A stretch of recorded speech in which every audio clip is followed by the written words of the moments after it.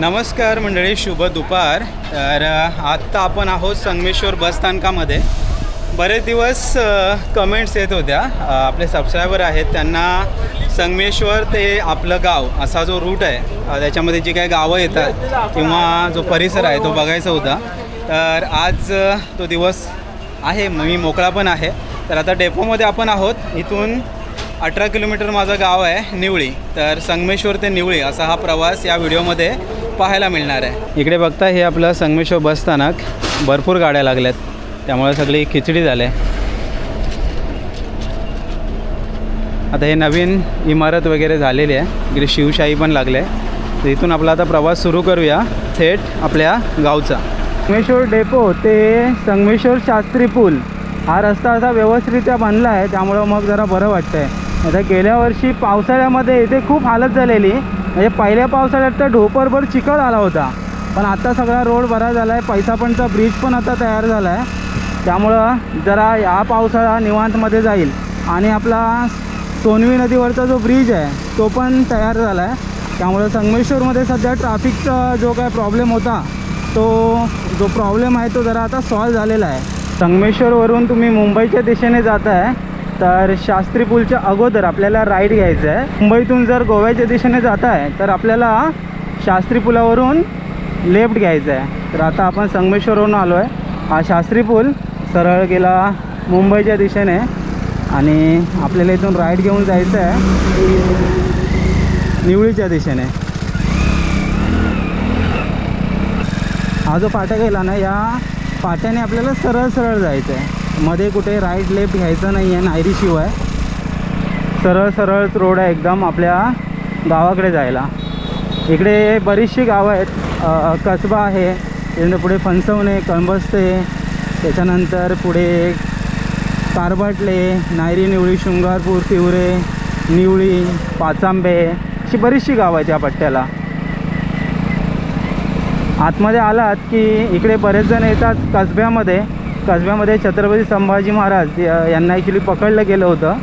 आणि इथे सरदेसाईंचा वाडा, कर्णेश्वर मंदिर, सप्तेश्वर मंदिर, संगमेश्वर मंदिर आणि छत्रपती संभाजी महाराजांचं स्मारकसुद्धा आहे. भैरीभवानी मंदिर आहे.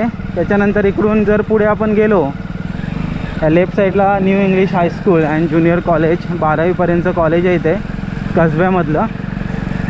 माझं 10वीचं बोर्डसुद्धा इथेच होतं. आणि बरीचशी इकडे पर्यटन स्थळं आहेत. दोधवण्याचा धबधबा आहे, प्रचितगड किल्ला आहे, त्याच्यानंतर भैरीभवानी मंदिर,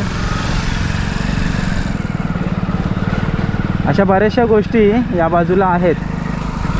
तर आज जरा तुम्हाला या एरियाची ओळख करून देतो आहे. संगमेश्वर ते निवळी माझं गाव. न्यू इंग्लिश हायस्कूल गेलं की थोडंसं इथे एक अरुंद रस्ता येतो. थोडंसं मोठ्या गाड्या समोरासमोर आल्या की थोडासा त्रास होतो. पाठीपुढे करून मग शेवटी जावं लागतं. कधी ते त्यामुळे ट्रॅफिक होण्याची शक्यता असते, खास करून बुधवार आणि रविवारचं कसं बरेच पर्यटक इथे येतात कसब्यामध्ये, मोठ्या गाड्या वगैरे आणतात. अंदाज नसतो आपल्याला की आतमध्ये रोड केवढा आहे, तेव्हा अशा गोष्टी होतात. बाकीच्या मधल्या दिवशी काय प्रॉब्लेम नाही, मधल्या दिवशी खाली रोड असतो. आता आपण आलो आहे कसबामध्ये. कसबा साधारण शास्त्री पुलापासून 1-1.5 किलोमीटर आतमध्ये आहे.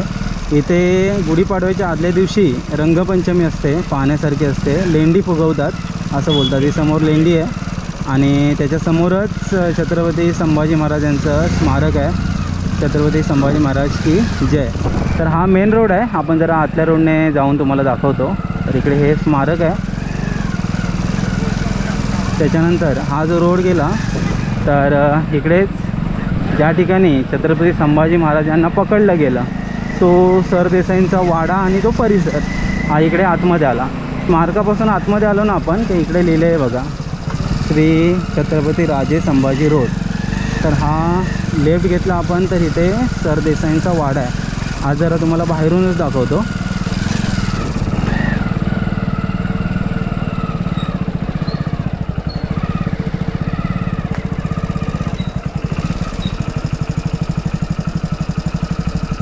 हा समोर तुम्हाला पडक्या अवस्थेत दिसतोय ना, हा सरदेसाईंचा वाडा.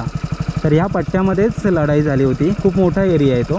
तर इथे लढाई झाल्यानंतर इथेच महाराजांना पकडलं गेलं आणि खूप वाईट गोष्ट होती जी मान्य करावी लागेल की इथेच घडली.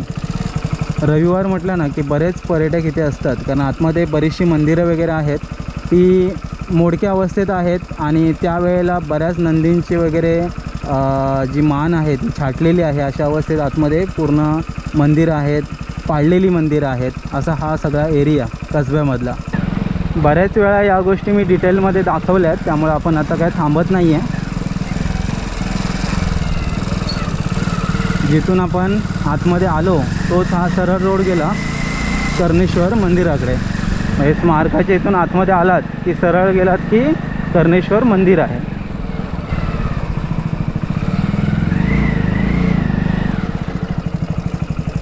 हे समोर बघताय हे कर्णेश्वर मंदिर. कर्णेश्वर मंदिराबद्दल डिटेल व्हिडिओ माझ्या चॅनलवरती आहेत. आज जस्ट मी तुम्हाला एरिया वाईज अपडेट देत चाललो आहे. तर हे कर्णेश्वर मंदिर आणि खालच्या बाजूस आहे संगमेश्वर मंदिर. मोठ्या गाड्या असतील तर पार्किंगची सोय वगैरे इकडे खाली नदीच्या बाजूला आहे आणि हा एक छोटासा ब्रिज आहे जो पलीकडे संगमेश्वर मंदिराकडे जातो. हे डाव्या बाजूला बघताय ना हे संगमेश्वर मंदिर. असं सांगितलं जातं छत्रपती संभाजी महाराज जेव्हा सरदेसाई वाड्यामध्ये यायचे तेव्हा पहिलं संगमेश्वर मंदिरामध्ये दर्शन घ्यायचे, त्याच्यानंतर वरती कर्णेश्वर मंदिरामध्ये आणि त्याच्यानंतर मग सरदेसाईंच्या वाड्यामध्ये जायचे. जय श्री महाकाल, गर्व से कहो हम हिंदू है. आपण या शॉर्टकटमधून आलो, मेन रोडने आलो असतो ना तर पुढे भैरीभवानी मंदिरसुद्धा आहे आणि काळभैरव मंदिर आहे. आणि हा जो रोड गेला हा कोंडवईवाडी. बाटलेवाडीमध्ये पण कधी जाणं झालं नाही, काहीतरी नक्की जाऊ. जाकमाता देवीचं ग्रामदैवत आहे. आणि आता इथून पुढे डायरेक्ट फणसवणे. रस्ता खूप सुंदर आहे आणि पूर्ण आपला जो 15 किलोमीटरचा जो रस्ता आहे संगमेश्वर ते नायरी हा नदीच्या काठून जातो. लेफ्ट साईडला नदी आहे आणि नदीच्या बाजूच्या बाजूने हा रोड आहे. पूर्ण रस्त्याला बऱ्यापैकी सावली आहे कारण आजूबाजूने मोठे मोठे वृक्ष आहेत.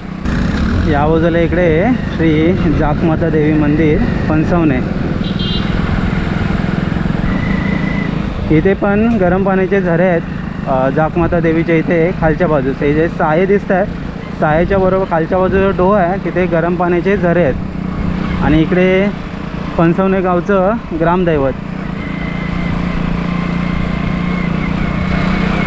त्या रीतीने आपण आता फणसवणेमध्ये आलो आहे. फणसवणेपर्यंत दिवस रात्र जास्त वर्दळ असते आणि फणसवणेपासूनचा जो पुढचा रोड आहे तो मग रात्रीचा प्रवास करताना एका दुसरीच गाडी असते.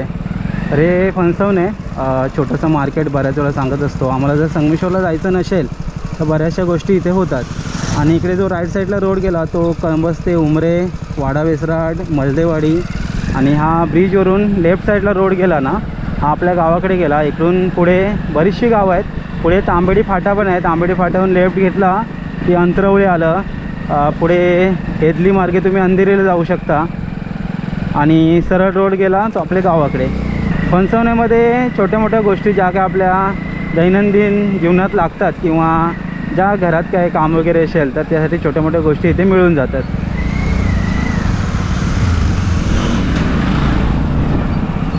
फणसवण्यातून आपण पुढे आलो ना की जो मी बोललो तांबेडी फाटा, तर हा आहे तांबेडी फाटा. सरळ आपल्या गावाकडे रोड जातो.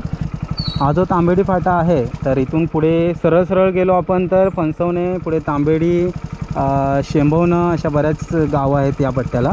कडवईत तुम्ही बाहेर पडू शकता.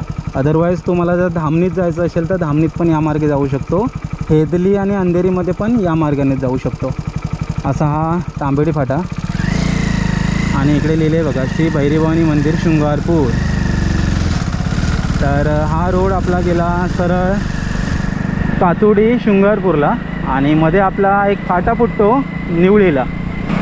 हा जो सरळ रोड आहे ना हा आपल्या गावाकडे गेला. तर इथपासून पुढे कसं आहे मध्ये घरं वगैरे रस्त्याला नाही आहेत. आता इथून पुढे डायरेक्ट आपल्याला कोंड आहे, उमरे कोंड तो गाव लागतो आणि त्याच्या अगोदर सगळं हे जंगलच आहे. जंगलामधून जाणारा हा रस्ता, त्यामुळे शक्यतो रात्रीचा मी तरी एकटा प्रवास इकडे करत नाही. हां, 4 व्हीलर वगैरे असेल तर ठीक आहे. बाईकवरून वगैरे जाताना कसं आहे मध्येच बिबट्या, रानगवा, साप वगैरे तर रस्त्याला असतातच असतात, पण बिबटे आणि रानगवा हे जास्त प्रमाणात दिसतात. मध्ये मध्ये आपल्याला सांबर दिसतं, ससा, भेकरं या प्रकारचे प्राणी आपल्याला या रस्त्याला पाहायला मिळतात. सोबतच कोल्हे असतात, काळं मांजर असतं, असे बरेचसे प्राणी आपल्याला या रस्त्याला पाहायला मिळतात. कारण इकडे मध्ये घरं नाही आहेत, घरं नसल्यामुळं हा सगळा प्राण्यांचा सहवास असतो. रस्ता एकदम सुंदर आहे. गेल्या वर्षीच या रस्त्याचं बांधकाम झालं आहे नवीन, त्यामुळे एकदम कोरा करकरीत रस्ता आहे, बिना खड्ड्याचा बोलू शकतो आपण. आणि आजूबाजूला मस्त हिरवळ आहे. पावसाळ्यामध्ये तर याचं सौंदर्य अजून खुळून दिसतं. आता पावसाळ्याचे दिवस सुरू आहेत, मात्र जो जुलैचा महिना असतो तेव्हा लावणी वगैरे झालेली असते, त्यावेळेस इकडे आहेत ना आपल्याला कधी कधी मोर पण बघायला मिळतात, कारण तेव्हा वातावरण एकदम जबरदस्त झालेलं असतं. मगाशी मी म्हटलं की आपण फणसवण्यातून मलदेवाडी, कळंबस्ते वगैरे जाऊ शकतो. तर इकडे ही मलदेवाडी आली. जर या रूटने कोण आमच्या साईडला जायचं असेल तर इथून चालत एक 15-20 मिनटं लागतात मलदेवाडीत जायला. इकडे बघा, प्रवासी मार्ग निवारा मलदेवाडी हा एक स्टॉप आहे. इथं घरं वगैरे नाही आहेत, घरं वरच्या बाजूस आहेत, मात्र इथून एक शॉर्टकट आहे म्हणून हा बस स्टॉप आहे. पायऱ्या वगैरे आहेत बघा वर जायला. शाळेमध्ये एकदा आम्हाला आठवतं आहे, फणसवण्यामध्ये स्पर्धा होत्या आणि काहीतरी आम्ही लवकरच 4 वाजता वगैरे फ्री झालो होतो. तेव्हा दोघं तिघंच आम्ही मित्र होतो, मी, संतोष राक्षे आणि बहुतेक सूरज होता. तर आम्ही फणसवणे ते निवळी साधारण एक मला वाटतं असेल 14-15 किलोमीटर असेल हे अंतर आहे ना, संध्याकाळी चालत पार केलं होतं. म्हणजे 2-2.5 तास काही जास्त लागले होते, आठवत नाही टाईम किती गेलेला, पण चालत गेलेलो. असंच मनात आलं की नाही आज चालत जायचं, म्हणून आम्ही चालत गेलो होतो. तेव्हा शाळेतल्या आठवणी, कारण हा रोड म्हणजे आमच्यासाठी लहानपणापासूनचा रोड. बालपण माझं 1ली ते 10वी गावीच गेलं, त्यामुळं मग संगमेश्वर म्हणजे हक्काचं ठिकाण. लहानपणी काय एवढं यायला जमायचं नाही, फक्त कधी आईने आणलं किंवा आमच्या जेव्हा स्पर्धा वगैरे असायच्या खो खोच्या वगैरे, तेव्हा सरांनी नेलं खाली तरच संगमेश्वर. तेव्हा संगमेश्वर म्हणजे 1.5-2-3 महिन्यातून एखाद्या वेळेस जाणं झालं तर. आता काय हप्त्यातून एकदा संगमेश्वरला जाणं होतं. आणि आता हे जे ऊन आहे ना, ऊन सावली याच्यामध्ये घोरपडी आहेत. या घोरपडी आपल्याला रस्त्यावर पाहायला मिळतात. त्या बऱ्याचशा गाड्या ये जा करत आहेत, त्यामुळे पटकन कुठे दर्शन होणार नाही. पण जर गाडी वगैरे आली नाही थोड्या वेळाने आपण गेलो तर कुठे ना कुठे घोरपडीचं दर्शन आपल्याला आज होऊ शकतं. गावाकडचे रस्ते आहेत ना, आमच्याकडचेच नाही, प्रत्येक गावामध्ये सध्या असंच असतं. सगळी नागमोडी वळणं असतात, तर शक्यतो टर्निंगला हॉर्न वगैरे देऊन थोडा तुमचा स्पीड आहे हा लिमिटमध्येच ठेवलात तर बरं होईल, कारण गाड्या पटकन कधी पण येऊ शकतात. त्या कारणाने गावाकडे जेव्हा गाड्या चालवत आहे तेव्हा स्पीडवरती तुमचा थोडासा कंट्रोल ठेवा. अशा प्रकारे आपण आता कोंडउंबरेमध्ये आलो आहे. कोंडउंबरे पुढं आहे. इकडे उजव्या बाजूला बघताय ना, हे आपलं आरोग्य केंद्र आहे. पहिलं हे नायरीमध्ये होतं, नंतर शिफ्ट केलं ह्याला कोंडामध्ये. आता कसं इथे बरीचशी गावं येतात आणि मध्यवर्ती ठिकाण पडतं. नायरीमध्ये फक्त पंचक्रोशीमधली लोकं यायची, आता उमऱ्यापासून म्हणजे फणसवण्यापासून पण लोकं येतात या आरोग्य केंद्रामध्ये. साधारण आपण अर्ध अंतर पार केलं, एक 8-9 किलोमीटर आपण आलो की आपण येतो कोंडउंबरे गावामध्ये. तर इथे वस्ती आहे. हे उमरे गावातीलच एक कोंड आहे आणि इथून पुढून आहे ना उमरे गावात जायला रस्ता बनतो आहे. अजून तो पूर्ण बनलेला नाही आहे, अर्धा रस्ता बनला आहे. तो जर रस्ता झाला तर आम्हाला इकडे उमरे कळंबस्ते गावामध्ये जायला एकदम शॉर्टकट, म्हणजे फणसवण्यामध्ये जायची काही गरज नाही. डायरेक्ट या रोडने गेलं की उमरे गावामध्ये टच. हा जो समोर तुम्हाला रोड दिसतोय ना, हा डायरेक्ट आपल्याला उमरे गावात घेऊन जातो. पण सध्या कच्चा रस्ता आहे, उन्हाळ्यातून बाईक वगैरे घेऊन जाऊ शकतो, पावसाळ्यातून नाही. पावसाळ्यातून चरी पडतात मोठ्या मोठ्या, त्यामुळं पावसाळ्यातून हा रस्ता फक्त पायवाट म्हणूनच वापर केला जातो. थोड्या दिवसात कदाचित तो पूर्ण पण होईल. आता अर्धा रस्ता डांबरीकरण झाला आहे. आता कोंडउमरे आपण सोडलं की पुढे 2-2.5 किलोमीटरवरती कारबडले गाव आहे आणि मध्ये पण मग आता काही वस्ती वगैरे नाही आहे. आता गावाकडे कसं असतं की गावागावाच्या ठिकाणी स्टॉप असतात. आता इथून डायरेक्ट स्टॉप कारबडले असतो बसचा. आणि पाऊस भरतो आहे, आला तर दुपारनंतर पाऊस येईल. हा जो स्पॉट आहे ना, या स्पॉटला बरेच मोर वगैरे पाहायला मिळतात या बाजूला. आता सध्या नाही, जुलै ऑगस्ट सप्टेंबरपासून मग पुढे दिवाळीपर्यंत, भात कापणीपर्यंत हा एक त्यांचा स्पॉट आहे. कदाचित अंडी वगैरे इकडे घालत असतील, माहिती नाही. आणि इकडे श्री गणेश मंदिर कोंड उंबरे, कोंड उंबरेचं हे गणपती मंदिर.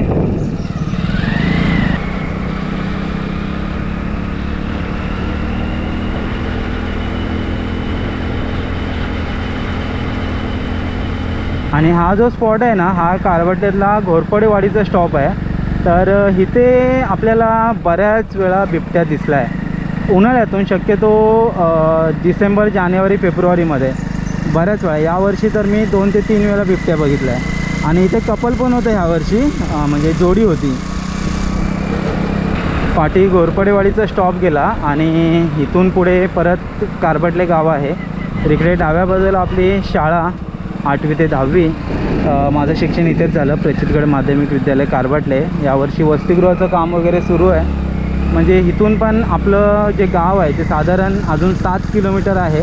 तर 7 किलोमीटर सकाळी चालत यायचं आणि 7 किलोमीटर संध्याकाळी चालत जायचं. असं करून आम्ही 8वी ते 10वी शिक्षण केलेलं आहे. त्याच्यानंतर काही 11वीपासून मग मी मुंबईला गेलो, आपलं पाटकर कॉलेज गोरेगाव, तिकडे मग शिक्षण झालं. इकडे डाव्या बाजूला रोहित राहतो आणि इथून अंधेरी गावामध्ये जायला मध्ये कांदीचा पूल आहे. तर तिथून आपण अंधेरी गावामध्ये चालत जाऊ शकतो.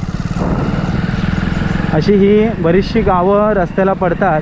आणि आपलं गाव तसं म्हटलं तर टोकाचा गाव, नेरदवाडी पाचंबे पुढे आहेत, त्याच्या अगोदर मग आपला गाव. हा आमचा एकदम पायाखालचा रस्ता. रोज इकडून आम्ही चालत जायचो 3 वर्ष लगातार, सकाळ संध्याकाळ चालत जाऊन 8वी ते 10वी शिक्षण झालं आहे. आता काय, आताची मुलं बस आली नाही की शाळेत जात नाही, तेव्हा आमच्याकडे असा काय ऑप्शन नव्हता. सकाळी उठायचं आणि सुटायचं. बस वगैरे तर नव्हतीच तेव्हा. बस एखादी होती, तेवढी आठवत नाही. आता आमच्या गावात 5 ते 6 बसेस आहेत. तेव्हा एकच बस होती, ती पण मुली लोकांना फ्री पास होता आणि आम्हाला पूर्ण तिकीट होती. त्यामुळे आम्ही काय मग त्या बसने जायचो नाही. या एरियाला पोल्ट्री बोलतात. तर जेव्हा नवीन बाळ होतं ना, तेव्हा ही सीमा आहे याबद्दल. ही पाळणी वगैरे दिसतात का तुम्हाला? तर ही जी पाळणी आहेत ना, नवीन बाळ जेव्हा गावात आणतात तेव्हा ही पाळणी इकडे बांधली जातात. एक पद्धत आहे, प्रत्येक गावामध्ये काही ना काही पद्धत असतात. तसे इथे पद्धत आहे.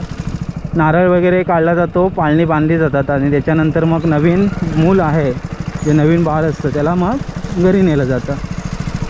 आणि हा पण ब्रिज नवीन झाला आहे, यावर्षीच बांधकाम झालं आहे. जुना दगडाचा होता, आता कॉन्क्रिटीकरण करून नवीन पूल बांधला गेला आहे. इकडे पहिली शेती व्हायची बरंच, म्हणजे ऊस असायचं, त्याच्यानंतर निंबू असायचं, केळी असायची. आता ते एवढं काही करत नाहीत. पाऊस पडतो ना जेव्हा, चढणीचे मासे असतात, तेव्हा इकडे बाजूलाच नदी आहे, तर इकडे रस्त्यावरती मासे चढतात. इकडे जे रस्त्याच्या बाजूचं पाणी जातं ना, त्याला पण मासे चढतात. इकडे मोठ्या प्रमाणात मासे चढतात.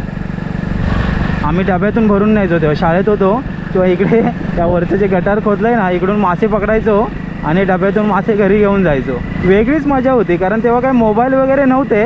त्यामुळे आमच्यासाठी विरंगुळा म्हणजे निसर्गच.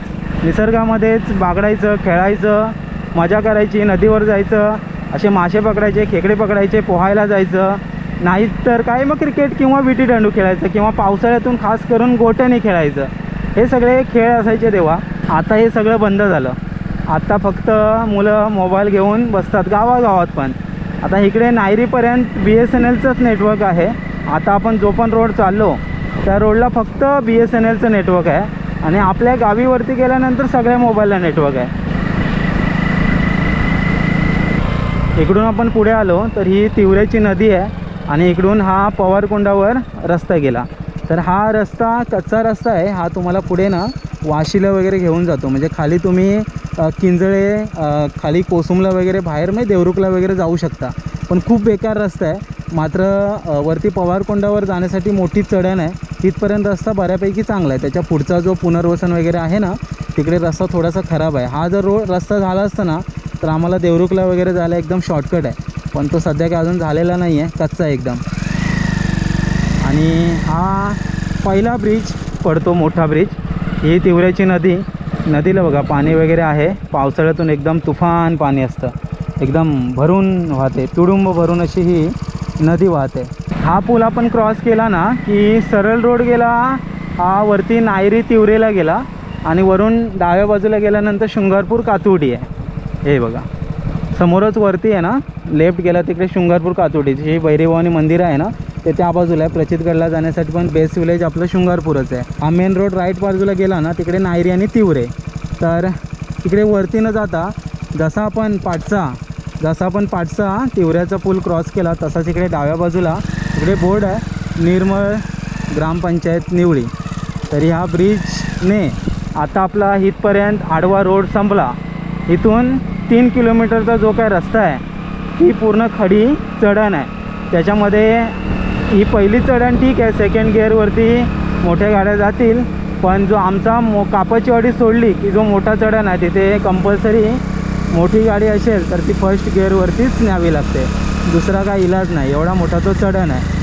ही आहे कापाची वाडी, शृंगारपूर गाव आहे त्या गावातीलच ही वाडी आहे। मात्र ही वाडी इकडे लांब आहे। इकडे ग्रामदैवत मंदिरसुद्धा इकडे सेपरेट आहे। शृंगारपूर गावामध्ये ग्रामदैवत मंदिर ऑलरेडी आहे वाघजाई देवी, आणि इकडे बाजीबाव मंदिर आहे ग्रामदैवत मंदिर। रस्त्यालगतच ते मंदिर आहे आपल्या समोर दिसतंय बघा। एक 2-3 वर्ष झाली नवीन मंदिर बांधलं गेलं आहे, जीर्णोद्धार झाला आहे। हे बघा हे उजव्या बाजूस दिसतंय श्री बाजी वाघजाई ग्रामदैवत मंदिर कापाचीवाडी। तर ही कापाचीवाडी म्हणजे आमच्यासाठी मधला भाग, नायरीमध्ये वगैरे कधी गेलो किंवा वरती चालत वगैरे तसं तर पाणी वगैरे प्यायचा स्टॉप म्हणजे कापाचीवाडी। कोणाच्या पण घरी आपण गेलो तरी पाणी वगैरे प्यायलो, सगळे ओळखीचे आहेत। कोणाच्या पण घरी गेलो की आपण निवांत पाणी वगैरे पिऊन थोडं बसून मग पुढे चालायला सुरुवात। हायस्कूलला पण आम्ही असंच करायचो। हायस्कूलमध्ये जाताना काही वाटायचं नाही, जाताना आम्ही नॉनस्टॉप जायचो कारबटल्यामध्ये, मात्र येताना एक स्टॉप व्हायचा कापाचीवाडीमध्ये, पाणी वगैरे प्यायलो की नंतर मग पुढे आपला निवळीला जायला रेडी। कारण हा निवळीचा जो चढण आहे ही चढण खूप डेंजर चढण आहे, कारण हे 2 किलोमीटर रस्ता आहे कापाचीवाडीतून वरती, हा पूर्ण चढणीचाच रस्ता आहे। हा पहिला चढण आहे, हा नॉर्मल आहे, पुढे एक यश-टर्न येतो, यश-टर्न नंतर जो मोठी चढण आहे ना ती जरा जास्तच मोठी चढण आहे। बुधवारचं वगैरे जी आपली बस येते दुपारची त्यातून मग कधी कधी माणसांना वगैरे उतरवावं लागतं कारण गाडी चढत नाही, म्हणजे विचार करा केवढी चढण आहे।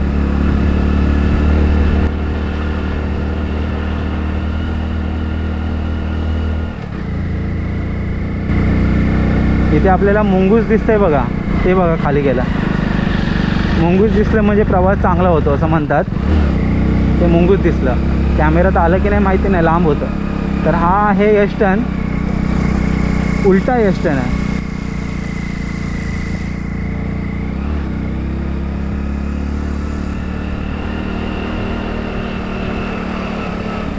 हा बघा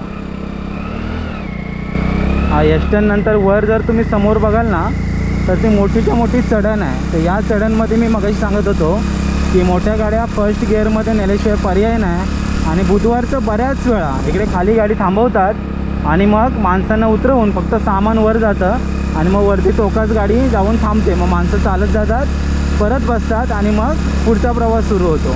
अशी आपली ही लालपरीचा प्रवास बऱ्याच वेळा आम्ही अनुभवला आहे। बुधवारचं काय होतं एकदम खचाखच बाजार भरलेला असतो आणि माणसं पण तेवढीच आणि सामान पण तेवढंच, असं या गाडीचा प्रवास असतो लालपरीचा। लालपरी खेडोपाड्यात कसं आहे एकदम टोकाटोकाला जाते, म्हणून बराचसा प्रवास आहे ना सुखकर झालेला आहे, नाही तर प्रायव्हेट गाडीने तर प्रवास थोडासा महागडा असतो। तर ही गाडी आहे ना इथे आमच्या पार्टीचा स्पॉट आहे, याला आम्ही टोक बोलतो, टोकाच पार्टीला चाललो असं बोलतो। ह्या चुली वगैरे आहेत बघा, इकडं ह्या चुली आहेत। तर इकडे यावर्षी काय पार्टी झाली ना त्यामुळं चुली जशा तशा आहेत। तर इकडे मग गाडी येते आणि मग थांबते, मग सगळी माणसं वर चालत येतात आणि मग पुढे जातात। अशा रीतीने आपण फायनली बऱ्यापैकी गावाच्या एंट्रीमध्ये आलेलो आहे। समोर जो तुम्हाला टॉवर दिसतोय ना हा टॉवर आहे BSNLचा।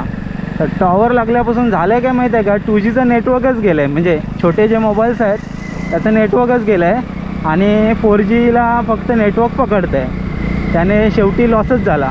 गावामध्ये कसे छोटे छोटे मोबाईल आहेत तर त्या मोबाईलला मग कधीतरी नेटवर्क येतं, कधी असतं कधी नसतं। टॉवर लावून फक्त जे शिकलेले आहेत त्यांचा फायदा झाला, कारण त्यांना ते मोठे मोबाईल चालवता येतात, बाकीच्यांना काय मोठे मोबाईल साधा फोन उचलता पण येत नाही। इकडे उजव्या बाजूस मयाचा आंबा, इकडे पण आमच्या बऱ्याचशा पार्ट्या होतात. आणि त्याच्यानंतर समोर आलं पायरीचं झाड. पायरीचं झाड म्हणजे आमच्यासाठी जिव्हाळ्याचा विषय. खूप वेळा इथे येतो आम्ही, बऱ्याच वेळा, म्हणजे दिवसातून एखादी तरी फेरी पायरीच्या झाडाखाली होते. पायरीजवळ आलो ना मंडळी की एक वेगळंच सुख आहे, वेगळीच शांती आहे आणि तेवढीच पॉझिटिव्ह एनर्जीसुद्धा आहे. हे झाड खूप वर्ष जुनं आहे, म्हणजे 150-200 वर्षापूर्वीचं पण झाड असू शकतं. कारण आजोबा पणजोबापासून आम्ही ऐकतो आहे हे पायरीचं झाड आहे. तर इथेच गणपती बाप्पांची मूर्तीसुद्धा आहे. गणपती बाप्पा मोरया. आणि समोर पूर्ण सह्याद्री, जी मी तुम्हाला गावं म्हणत होतो ना, कातुडी शृंगारपूर, तिकडे खालच्या बाजूस आली. समोर आपला प्रचितगड किल्ला आणि इकडे पुढे मग पाचांबे नेरदवाडी, असा हा पूर्ण सह्याद्रीचा पट्टा. एक सबस्क्रायबर आहेत, त्यांची तर सारखी कमेंट यायची, त्यांचं नाव मी तर दिलं तर देईन. तर संगमेश्वरपासून ते निवळी हा रस्ता एखाद्या वेळेस बाईक राईड करून दाखव. प्रॉब्लेम असा व्हायचा की माउंट असतो ना जो हेल्मेटचा, तो हेल्मेट माउंट माझा मुंबईला होता, तो मी इकडे काही आणला नव्हता. तर आता यावेळेस आणला आहे, तर मग पूर्ण रूट आज दाखवण्याचा प्रयत्न केला आहे. तर चला आता जाऊया घरी. घरापर्यंतचा पण रस्ता दाखवतो तुम्हाला.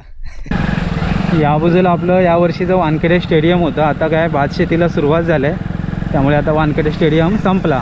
आता पुढच्या वर्षी. आणि इथून आपल्या गावाला झाली सुरुवात. आमचं गाव एकदम रस्त्याच्या आजूबाजूलाच आहे, जास्त काय लांब घरं नाही आहेत, रस्त्याच्या जवळपासच सगळी घरं आहेत. समोर रामादाचं दुकान सध्या बंद असतं, बऱ्याच जणांचे क्वेरी असतात की ते उघडं नसतं का, ते रामाचं दुकान सध्या बंद असतं. समोर आपली ग्रामपंचायत आहे आणि आपल्या घरी जायला पुढून हनुमान मंदिराकडून पण जाऊ शकतो. दुसरी वाट आहे आसतवाडीतून. तर हा जो खालचा रोड गेला, हा गेला आसतवाडीत. तर गाडी वगैरे आपण इकडेच लावतो आणि इकडूनच आता जोपर्यंत लावणी होत नाही तोपर्यंत हा रोड आपल्यासाठी एकदम शॉर्टकट आहे. समोर बघता हे रुपेशचं घर, समोर नानाचं घर. आणि इथून आल्यानंतर कसं आहे, आपलं घर इकडे समोरच दिसतं बघा, समोर आपलं घर आहे. आणि आता आपल्याला जावं लागणार आहे बंटीच्या घरी. तर बंटीच्या पप्पांनी थोडं सामान आणायला सांगितलेलं, ते देऊ आणि मग घरी जाऊया. तर ही पूर्ण आसतवाडी, हे आमचं सभागृह, वानखेडे स्टेडियम तिथे असतं दुसरंवालं. चला फायनली घरी आलो आहे. हा ओव्हरऑल प्रवास होता आपला संगमेश्वर ते निवळी, आपलं गाव. पूर्ण परिसराचा व्हिडिओ दाखवण्याचा प्रयत्न केला. याच्यामध्ये बरीचशी गावं आहेत, त्याची डिटेल्स देण्याचा प्रयत्न केला. आणि बऱ्याच दिवसापासून कमेंट्स येत होत्या, पण मला काय व्हिडिओ करता येत नव्हती. पण आज फायनली वेळ मिळाला तर व्हिडिओ केला आहे. तर 18-19 किलोमीटरचं अंतर आहे, म्हणायला 18-19 आहे, पण खूप दुर्गम भागात आहे. एकदम सह्याद्रीच्या टोकाला असलेलं आपलं हे गाव आहे. आणि या गावामध्ये प्लस पॉईंट आमचा असंच आहे की रस्ता आहे, पाणी आहे, नेटवर्क आहे. मेन तर नेटवर्कसुद्धा आहे. प्लस लाल परी पण आपल्या गावाला 5 ते 6 लाल परी येतात. त्यामुळं मग प्रवास जर करायचा असेल तर रेग्युलरली 1-1-1.5 तासाने गाडी आहे. मधला काही गॅप आहे दुपारी, पण त्याच्यामध्ये नायरीपर्यंत तरी गाडी आहे. मग नायरीतून वरती रिक्षाने वगैरे येऊ शकतो. असा पूर्ण प्रवास आपल्या गावचा सगळे गावकरी वगैरे करत असतात. तर हा ओव्हरऑल मंडळी प्रवासाचा व्हिडिओ होता संगमेश्वर ते निवळी. तर आता घरी आलो आहे, दुपार झाली, आता जेवण वगैरे उरकणार. तर हा खास एक प्रवासाचा व्हिडिओ होता. तर व्हिडिओ कसा वाटला नक्की कळवा. या प्रवासामध्ये काही आठवणी तुम्हाला सांगितल्या, काही पर्यटन स्थळांची माहिती दिली आणि गावांची माहिती दिली, बाकी रोडबद्दल थोडंफार माहिती दिली. तर असा हा ओव्हरऑल व्हिडिओ होता. तर तात्पुरत्या स्वरूपात मंडळी हा प्रवासाचा व्हिडिओ इथे थांबूया. भेटूया पुढच्या व्हिडिओमध्ये. तोपर्यंत टाटा, बाय बाय.